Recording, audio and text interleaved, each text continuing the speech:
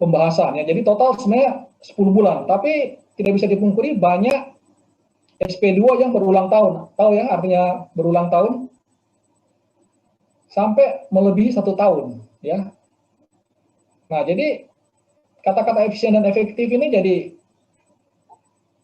di lapangan itu ternyata memang banyak kendala ya. Tapi kalau saya lihat ya, saya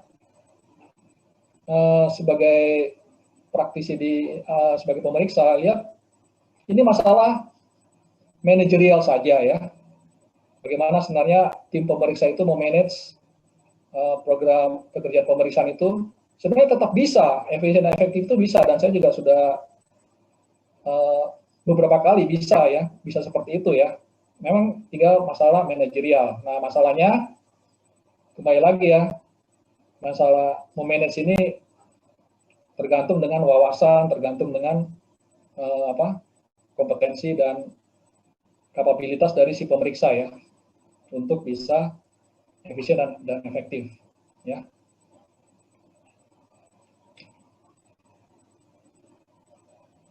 Ya, ini ada tahapan prosedur ya. Ada nanti ini kalau mundur lagi ya, itu sebenarnya ada analisis risiko ya, kalau pemeriksaan khusus ya, ada analisis risiko dari AR ya, yang setelah mereka melakukan himbauan ya, tidak ditanggapi wajib pajak, lalu diangkat ke pemeriksaan ya. Nah, kalau tidak angkat ke pemeriksaan ya, dikirimkan ke ini ya, diproses dan disetujui oleh eselon 3 ya kan, kepala kantor, atau kalau di kanwil ya, melalui kabitnya, lalu diterbitkanlah ND, diterbitkan instruksi pemeriksaan ya, tapi belum SP2 ya, instruksi pemeriksaan yang dalam bentuk ND untuk membuat audit plan ya. Nah, audit plan ini nanti yang akan dikonversi menjadi SP2. Nah, tapi isi audit plan ini, nah ini yang akan kita bahas ini sepertinya nih di slide-slide berikut ini ya. Jadi sayangnya memang pada kalau nggak salah untuk membuat audit plan ini hanya diberi waktu 5 hari kerja ya, karena asumsinya identifikasi masalahnya itu sudah dicakup oleh analisis risiko dari AR ya. Jadi AR itu kan membuat analisis risiko. Nah, itu yang nanti menjadi identifikasi masalah ya, yang akan digunakan oleh supervisor ya. Meskipun tidak tertutup kemungkinan ya, tidak murni supervisor yang membuat audit plan ya, pasti akan tetap dibantu oleh terutama oleh ketua tim ya. Lalu setelah audit plan ini selesai ya, itu nanti akan diterbitkan SP2 ya. Jadi di dalam audit plan ini ada 2 KKP utama ya, ada identifikasi masalah dan juga ada KKP audit plan dan audit program ya.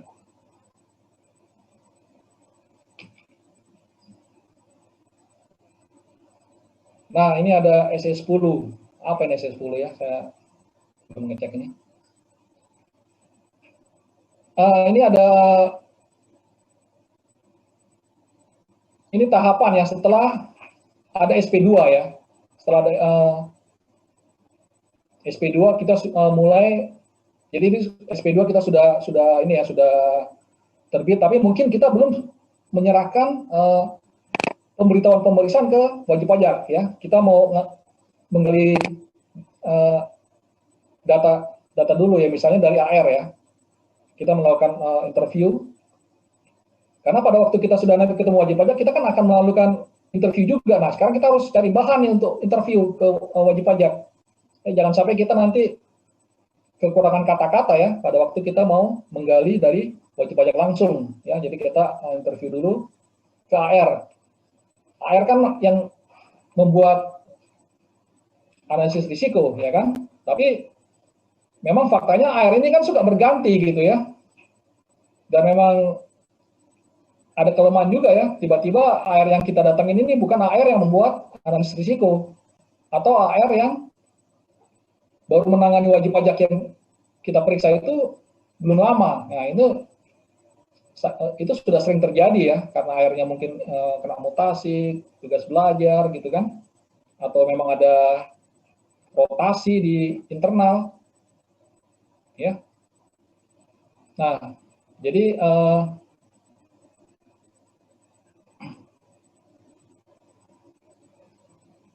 makanya kita sebelum ketemu dengan wajib pajak, kita mungkin menggali dulu dari AR ya, untuk mendapatkan wawasan mengenai wajib pajak ya, sehingga pada waktu kita interview wajib pajak, kita sudah punya banyak bahan ya. Jadi interview bisa efektif.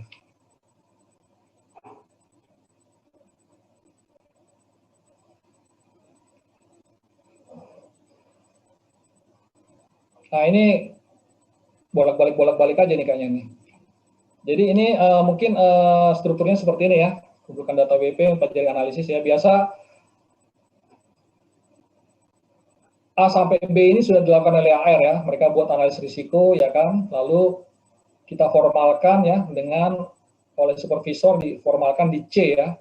Kita merekap identifikasi masalahnya ya kan, langsung kita breakdown ke pos-pos yang akan diperiksa ya, sesuai dengan identifikasi masalah ya. Misalnya kalau PPh badan, kita mungkin hanya periksa omset, kita tidak fokus ke harga pokok ya, nggak ada masalah ya.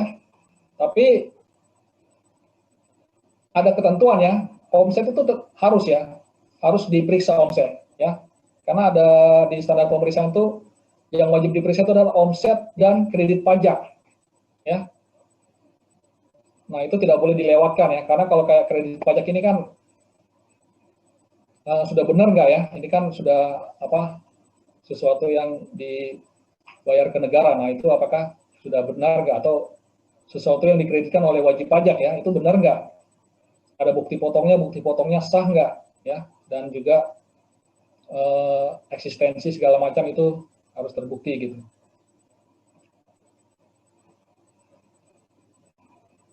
Ya, kalau sarana dan prasarana ya, contohnya apa kita perlu saksi ahli, saksi ahli, tenaga ahli ya, bukan saksi ahli, tenaga ahli. Yang banyak itu misalnya melibatkan penilai ya. Ya, hanya memang tidak selalu ya, tapi memang ada kasus-kasus ya kita melibatkan penilai supaya ada legal formal ya, untuk ada hasil penilaian itu yang bisa kita pakai ya untuk men-challenge ya. Misalnya wajib pajak juga itu dia menggunakan, ada data menggunakan penilai independen ya. Nah, itu biasa kita bisa men-challenge dengan menggunakan penilai dari kita ya.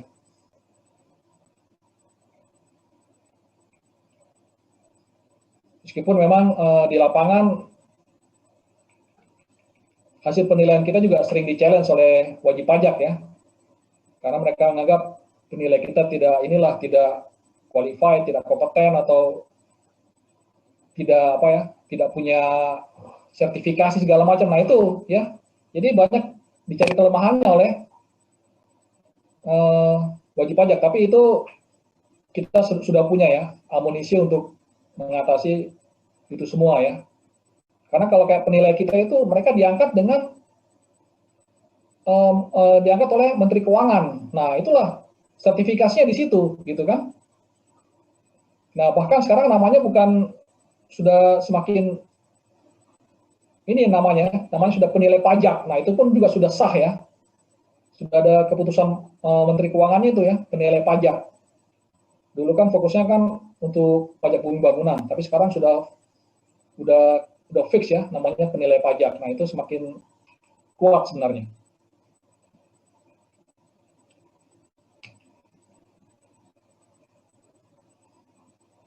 Nah, ini yang tadi ya. Jadi ada ND, lalu oke.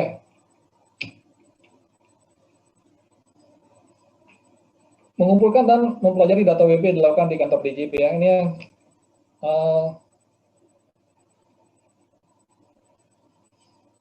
ya, ini yang kita tadi sudah saya sampaikan juga ya, bahwa kita punya data internal ya dan data eksternal ya, ada sistem kita di CDJP.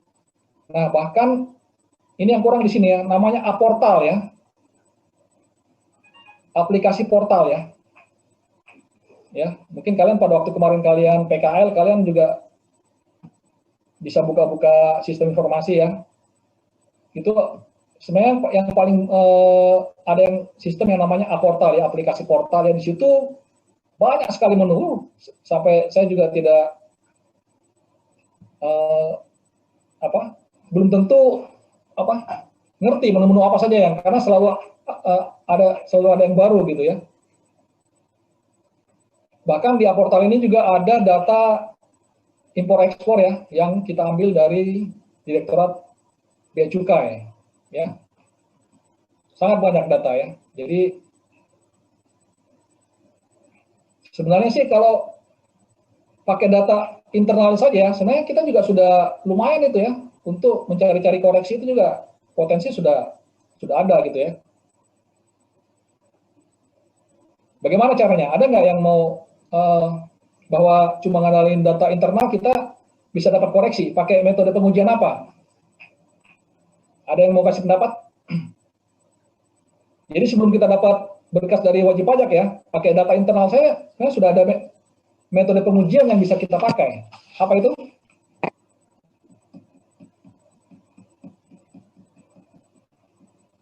Ada yang bisa jawab?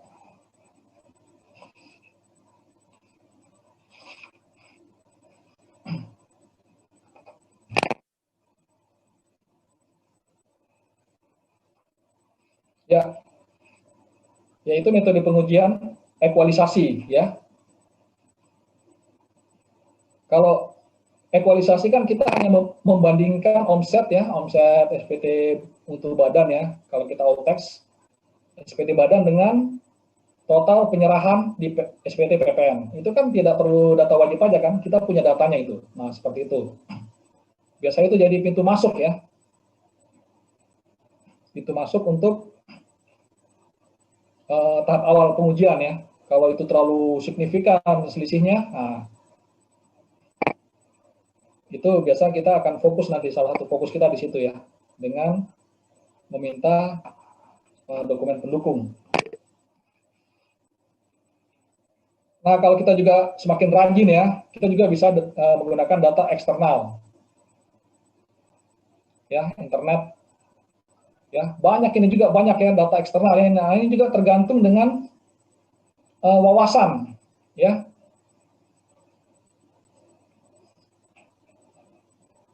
Nah, ini di sini disebutkan ada Orbis, Osiris, Oriana. Nah, ini kalau sudah kita terkait dengan transfer pricing.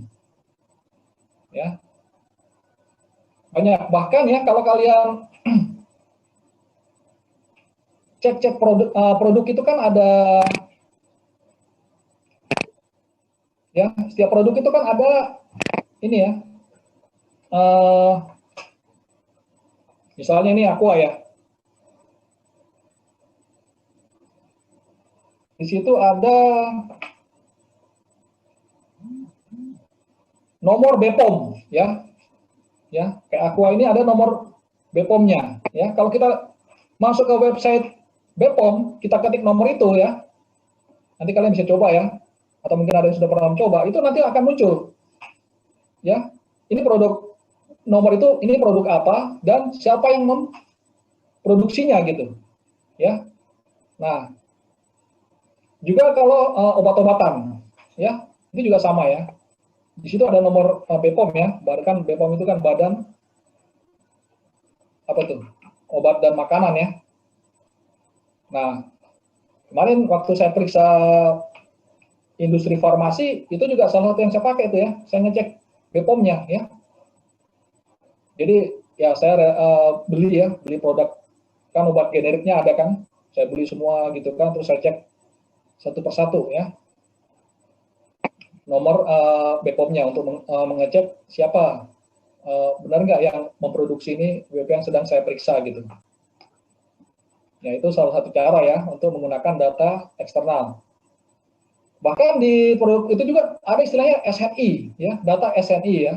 standar nasional Indonesia itu juga kalau kita ketik kode SNI itu juga nanti bisa memunculkan ya, munculkan produk-produk ya. Jadi memang banyak sekali ya, tergantung dengan kerajinan kita ya, dan juga wawasannya yang bisa kita ini ya.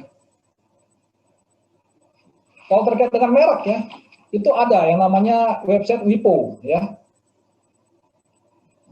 Ya, coba nanti kalian Google ya, WIPO ya, WIPO ya, singkatan dari apa itu ya, Intellectual Property apa gitu, Organization ya, World Intellectual Property Organization. Itu kita kalau mau ngecek bener nggak merek ini nih yang miliknya siapa gitu kan. Nah biasa kita kalau sudah ada pembayaran royalti ya, atau ada yang apa paten segala macam, itu bisa kita cek ya di WIPO ya. Kalau di website kita juga ada ya, dari apa, Dekumham, tapi saya selama ini sering yang lebih enak digunakan tuh WIPO ya.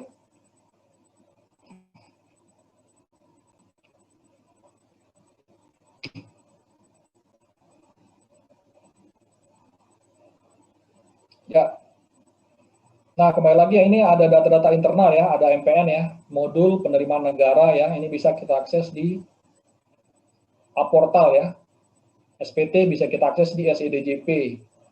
Nah, kita juga sudah mendokumentasikan KKP, dan kalau KKP kayaknya belum ya, LHP pun sudah kita scan ya, scan dan upload ya ke sistem kita ya.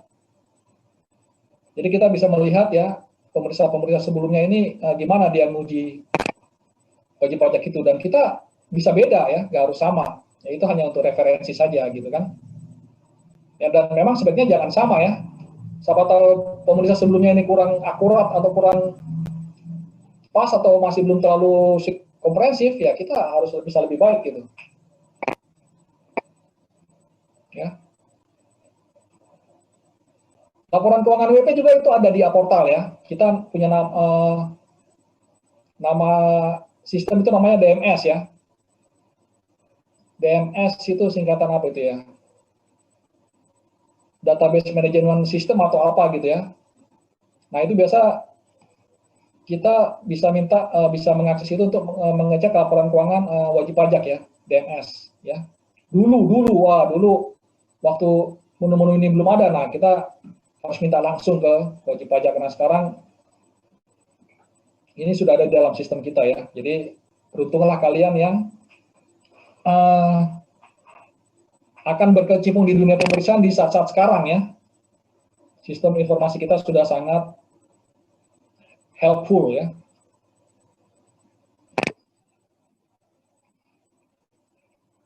Apalagi misalnya banyak sekali ya, kita juga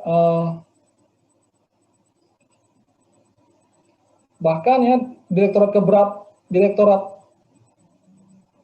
DKB ya, keberatan dan banding itu juga dia sudah mengupload putusan-putusan pengadilan pajak ya, dan juga putusan-putusan keberatan. Itu juga sudah diupload ke dalam sistem ya. Jadi kalau misalnya nanti kalian sudah masuk ke KPP ya, itu dan mau nambah-nambah ilmu ya, itu mungkin sebelum jadi pemeriksa itu bisa ya kalian semua akses itu ya. Ya mungkin kalau kalian tidak punya aksesnya, kalian bisa ya kolaborasi lah ya dengan yang punya akses atau bagaimana lah. Nah jadi memang sekarang dengan segala data yang tersedia ini tergantung sekarang kan, jadi sekarang tinggal pemeriksanya ini ya, mampu nggak dia mengeksploitasi ya semua data-data itu ya untuk dikonversi menjadi pemeriksaan yang efisien dan efektif tadi ya. Nah ini kembali lagi masalah data internal dan eksternal ya. Di seksi Waskon ada profil WP ya, analisis risiko. Ya di seksi pelayanan ada berkas induk ya, seksi PDI ada berkas data MPN dan seterusnya ya. Nah ini sebenarnya ini ada dalam sistem ya, kita nggak harus menghubungi seksi-seksi terkait ya.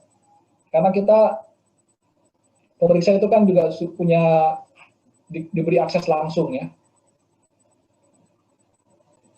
Hanya mungkin yang ini kayak seksi penagihan ini kayaknya mungkin belum ada sistemnya nih, belum belum masuk ke dalam. Saya belum terlalu ini sih kalau mengenai apa tunggakan dan ketetapan pajak ini ya, karena apa tidak terlalu ini sih ya, karena kan kalau sudah SKP itu kan sudah bukan domain kita lagi gitu kan.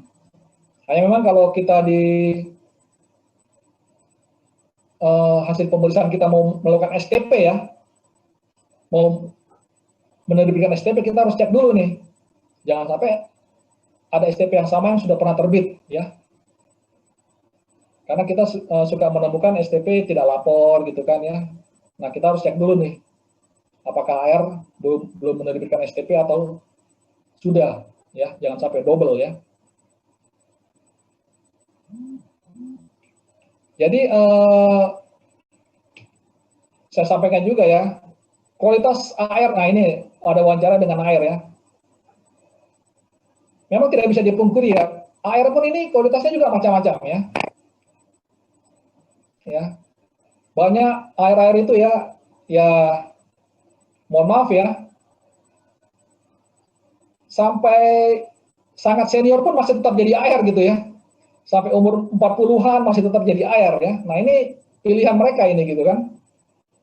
Mereka hanya mungkin banyak tuh cuma D1 dan tidak lanjut sekolah, tidak meningkatkan pendidikan D3 atau sampai S1 ya, tetap D1 saja ya. Itu kalau mungkin kalian sudah pernah menyaksikan tuh ya, di KPP ada air yang sangat-sangat senior gitu kan. Entah mengapa mereka memilih seperti itu gitu loh. Ya. Jadi mereka bisa lebih senior dibandingkan dengan kepala seksinya gitu. Ya, nah itu masalah pilihan juga ya. Tapi saya harapkan kalian jangan seperti itu lah ya. Kalian harus inilah ya, tidak hanya nanti berhenti di untuk urusan pendidikan ya, nggak cukup sampai D3 ya, harus terus sampai bahkan sampai ke S3 lah ya. Sekarang juga sudah sangat aksesibilitasnya juga sudah sangat banyak. Nah, biasa memang kita sebagai pemerintah mengharapkan AR ini bisa kita andalkan untuk mendapatkan data-data awal ya, terutama masalah proses bisnis. Nah, ini proses bisnis dijadikan merah ini ya. Bisnis modalnya wajib pajak itu seperti apa gitu kan? Jadi masalah bisnis model ini harus clear ya, harus fix ya. Ini wajib pajak ini fungsinya apa? Dia apakah perdagangan atau industri, atau kalau dia dagang, apakah dia yang melakukan jual beli atau dia cuma agen gitu kan? Kalau dia industri, apakah industrinya ini dia jasa maklon ya, atau dia semua yang mengerjakan, bahan baku juga dia yang supply, atau bahan baku disuplai dari luar ya. Nah ini harus clear, ini harus jelas, karena semuanya itu ada implikasi pajaknya ya. Nah ini AR belum tentu menguasai semua itu ya, mungkin karena satu dan lain hal, mungkin AR belum visi, atau dia AR baru. Nah ini banyak kendala-kendala seperti ini. Dalam pengalaman saya, memang sangat sedikit AR yang bisa komprehensif ya. Ini bisa dilihat dari APROWEB ya. Jadi kalau dalam APROWEB itu banyak data-data terkait dengan WP, itu kan sebenarnya yang mengupload tuh AR yang bersangkutan. Nah kalau semakin kurang data yang diupload ke dalam APROWEB, nah ini menjadi indikasi AR tersebut mungkin kurang rajin ya untuk menggali profil WP yang dimaksud ya. Dulu pernah ada program ya, memang program ini tidak selalu sustain ya, tiba-tiba ganti pimpinan, ganti program. Dulu ada program masing-masing AR itu rutin presentasi profil WP ya, setiap minggu seperti itu ya, dan itu sampai dilombakan dan seterusnya. Dan itu malah bagus ya untuk mendorong AR itu mencari data sebanyak-banyaknya terkait dengan wajib pajak. Tapi kemarin-kemarin malah itu malah tidak dikampanyekan lagi seperti itu ya. Nah ini yang sangat disayangkan gitu. Nah jadi kembali lagi ya, kalau kita mau ketemu air ya siap-siap aja ya, ada air yang punya banyak informasi dan air yang ala kadarnya ya, dan mereka merasa tidak bersalah tuh kalau ngomong ala kadarnya gitu. Nah ini begitulah ya kondisi, apalagi di daerah ya. Aduh, kalau kalian bisa di daerah itu semakin menjauh dari Jakarta atau Jawa itu memang kelemahan-kelemahan seperti ini semakin nampak ya. Apalagi dari dalam kondisi-kondisi seperti sekarang ini ya.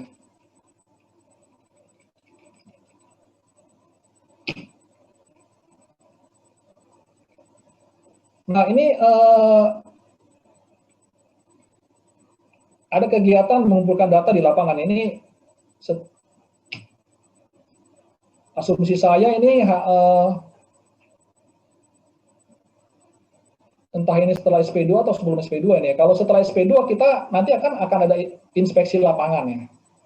Kalau sebelum SP2 AR itu bisa melakukan visit ya untuk membuat analisis risiko gitu kan. Dia kata-kata itu visit ya, dan dia nanti akan ada laporan visit ya. Kalau pemeriksa ya, kita ngomongnya inspeksi ya. Kita melakukan peninjauan lapangan ya.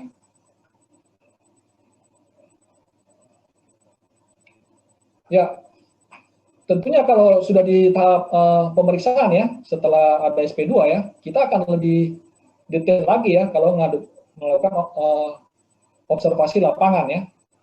Nah, seperti dikatakan di sini ya, masalah keberadaan dari personil-personil ya, dari badan, keberadaan dari dokumen ya, dan storage-nya ya, disimpan di mana ya. Nah ini yang nomor 2 ini sangat penting ya, karena sekarang kita juga lagi menggalakkan yang namanya menggunakan tenaga forensik ya. Nah, jadi kalau kita sudah menggunakan tenaga forensik ya, kita bisa mengakses langsung data wajib pajak secara langsung. Kita sendiri yang mengakses ya, sementara wajib pajak cuma bisa mengawasi ya. Nah ini sangat bagus ya kalau kita memang bisa menggunakan tenaga forensik ya. Hanya memang ini prosedurnya ada prosedur tertentu ya, dan memang tidak simpel ya. Seperti saya mungkin sudah pernah katakan ya, kalau kita menggunakan tenaga forensik ini bisa sampai malam, kita dari pagi sampai malam ngakses data WP ya. Belum lagi masalah urusan administrasi berita acara. Waduh, itu juga banyak sekali. Ya, Sikon, ya ini sangat wajar ya. Alat dan sarana. Sekarang juga beberapa teman menggunakan drone ya. Kalau misalnya mereka ke ngecek perkebunan ya, ngecek drone, ngecek batas-batasnya. Tapi kebanyakan drone-nya itu juga selain dipakai untuk ngecek perkebunan juga untuk ini ya, untuk selfie juga ya, untuk dokumentasi mereka bahwa mereka sedang ada di lapangan gitu kan. Lalu disebarkan lah bahwa mereka sudah ke lapangan gitu. Nah, yang nomor 5 ini ya, itu tadi saya pernah mengatakan ada membantu ya, misalnya tenaga penilai, tenaga forensik ya. Jadi tenaga forensik ini pelaksana-pelaksana biasa ya, mungkin cuma lulusan D1 yang dapat pendidikan khusus ya di bidang forensik. Nah, mereka itu yang dilibatkan ya. Dan mereka hanya ada di Kanwil ya, hanya ada di Kanwil ya. Kalau kalian nanti di Kanwil, kalian tertarik ya, wah, dan kalian bisa terpilih untuk mendapatkan ini ya, pendidikan forensik. Nah, ya siap-siap aja nanti kalian akan mendapatkan banyak tugas-tugas tambahan ya, menyertai pemeriksa di lapangan ya. Bisa juga kalian akan bersama-sama pemeriksa ke lapangan tuh ya, untuk melakukan tugas forensik. Ini bagi kalian yang suka IT ya, suka ngobrak-ngabrik komputer ya. Jadi pernah saya waktu melibatkan tenaga forensik ini juga agak segan juga dengan wajib pajak, karena tenaga forensik ini juga suka nggak ada sopan-sopannya gitu loh. Jadi kalau mereka masuk ke ruangan yang ada komputer tuh langsung aja tuh nyosor ke komputer itu, langsung suruh mungkin ada pegawai yang sedang gunakan komputer tuh disuruh geser dulu, disuruh pindah dulu, langsung mereka yang kayak mengambil alih gitu. Nah seperti itulah ya. Jadi waktu itu kaget juga sih, wah kayak gini ya mereka ini. Nah tapi syukurlah wajib pajaknya bisa mengerti ya. Kalau wajib pajaknya merasa nggak aman juga ya, kita juga akan mengantisipasi ya. Kalau mereka juga keberatan atau dan seterusnya. Jadi tetap karena memang pada waktu mereka melakukan forensik harus didampingi oleh pemeriksa ya, seperti itu. Nah mungkin nomor 6 ini jarang ya, kita sepertinya sih fine-fine aja, jadi nggak usah khawatir ya.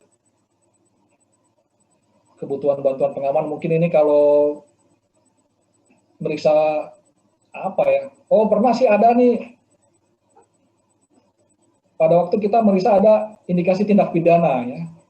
Kayaknya ada teman-teman di kantor pusat itu pernah meriksa ke tambang-tambang gitu kan ya, yang punya indikasi tindak pidana, supaya mereka diperlancar pada waktu mengambil data gitu kan. Tapi ini sangat-sangat jarang ya.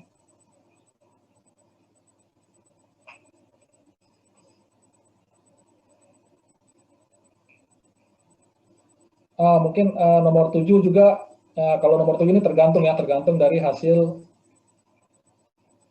observasi kita ya, apakah ada modus atau tidak ya.